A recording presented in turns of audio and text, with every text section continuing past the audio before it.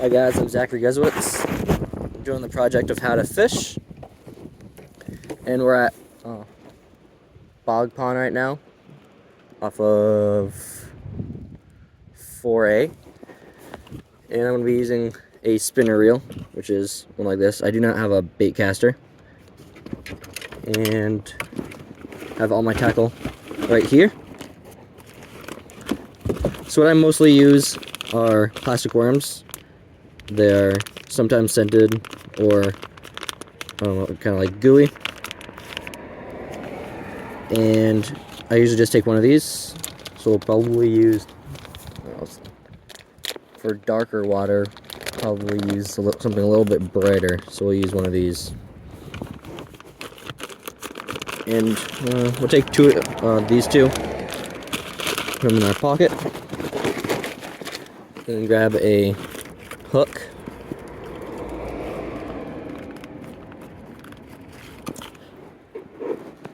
And then, let's see,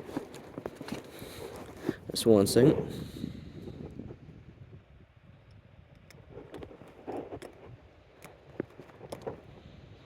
Cut off the excess line.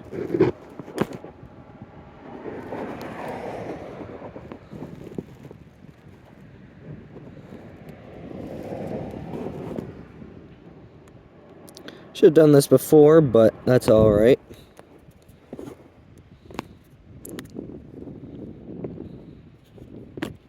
Here's that. Let me cut off the rest of it too.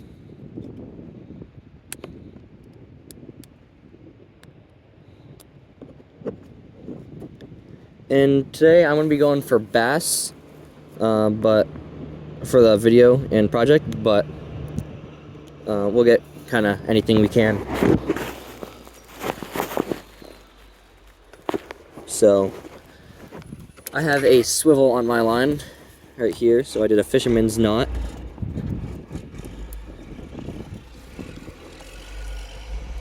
And all you'll do is take the swivel and pop it through the hole, if I can.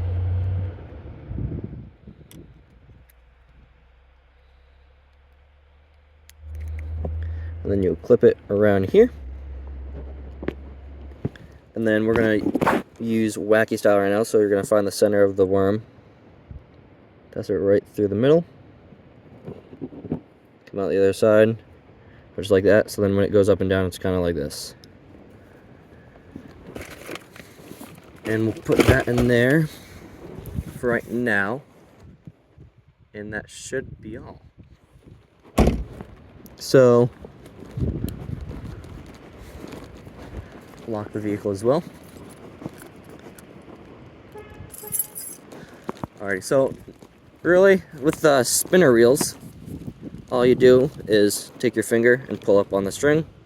You open your reel, and you kind of just toss it out as much as you want, and then close the reel and kind of just slowly jig it.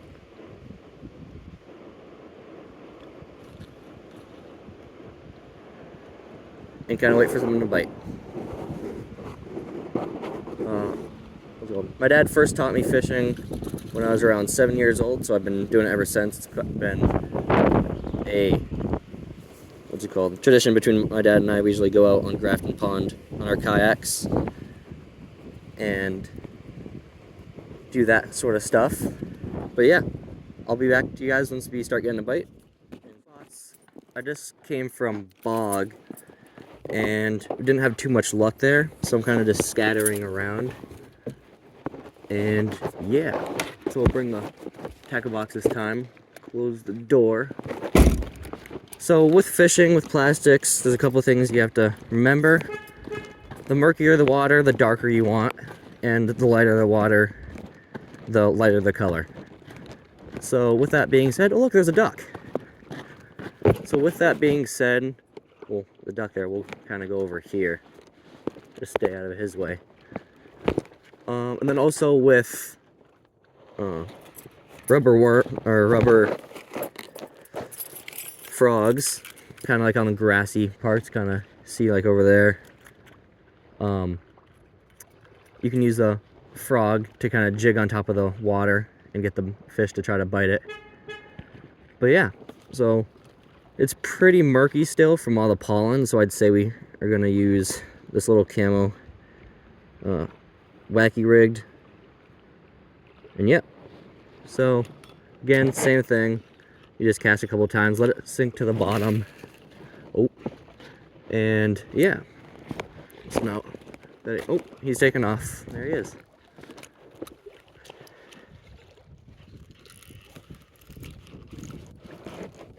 So there's that. Ooh, the wind. So let's see. Actually, there's nothing on it. And then rule of thumb, I always like keeping my hooks nice and clean if there's any type of grass or anything. But yeah. So we'll toss this a couple times. We're on Crystal Lake now, and then we may head over to Mascoma. But I always like just letting it sink to the bottom a little bit, see what's going on, and then kind of start jigging. Fishing is really easy. It's pretty easy to get into. You can get some pretty good gear for a decent amount of money. There are some things like bait casters are more expensive. But yeah, other than that, I'll get back to you guys and let you know if I get any. What's it called?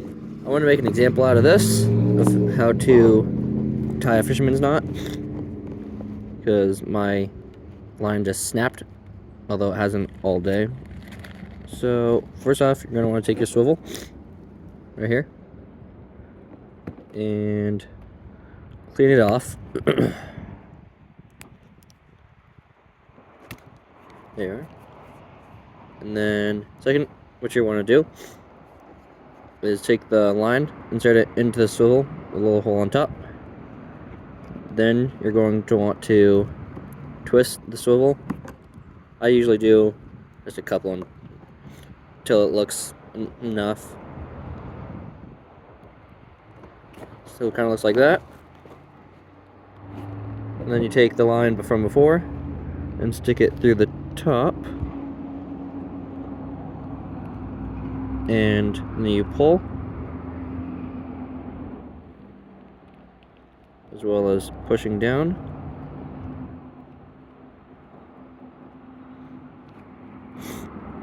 There we go. And then pull, pull,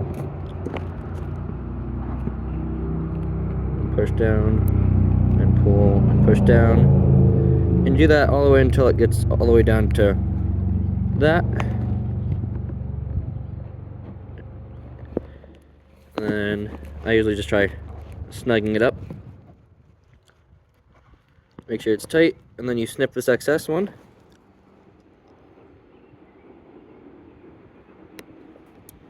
And there you are. There's the fisherman's knot.